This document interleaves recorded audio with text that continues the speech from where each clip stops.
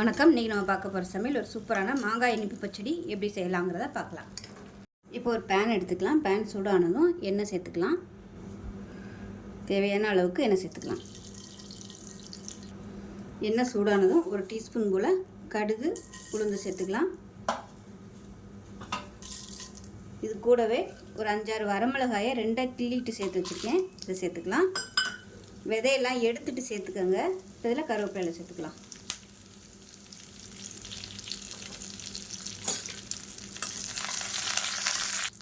இப்போ இதில் சின்ன துண்டாக இஞ்சி பொடியாக கட் பண்ணிவிட்டு சேர்த்துக்கலாம். இப்போ இதில் பொடியாக நறுக்குனா வெங்காயம் சேர்த்துக்கலாம். சின்ன வெங்காயம் சேர்த்துக்கோங்க, நல்லா வாசனையாக இருக்கும். இப்போ பாருங்கள், வெங்காயம் நல்லா வதங்கிடுச்சு. இப்போ மீடியம் சைஸாக ஒரு மாங்காய் இந்த சைஸு கட் பண்ணி வச்சுருக்கேன். இதை சேர்த்து நல்லா வதக்கிக்கலாம்.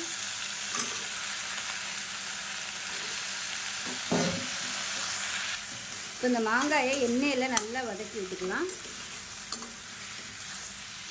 இப்போ இந்த மாங்காய்க்கு கொஞ்சமாக உப்பு சேர்த்துக்கலாம். இப்போ அதில் கொஞ்சமாக தண்ணி சேர்த்துக்கலாம்.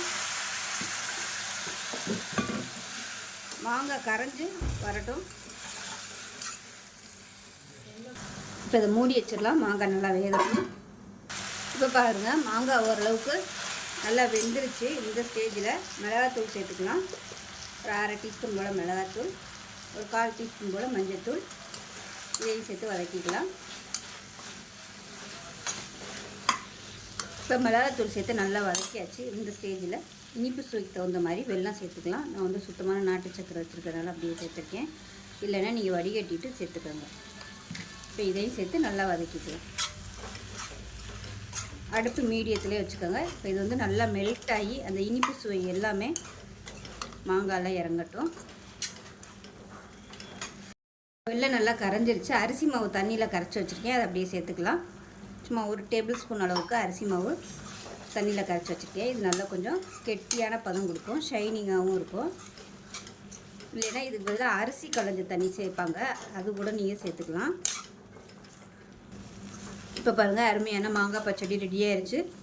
மாங்காய் நல்லா கரைய விட்டுருங்க, அப்போ தான் நல்லாயிருக்கும். ஸோ இந்த வீடியோ பிடிச்சினா லைக் பண்ணுங்கள், கமெண்ட் பண்ணுங்கள், சேனலை சப்ஸ்கிரைப் பண்ணுங்கள், பக்கத்தில் பெல் பட்டனையும் ப்ரெஸ் பண்ணுங்கள். நன்றி.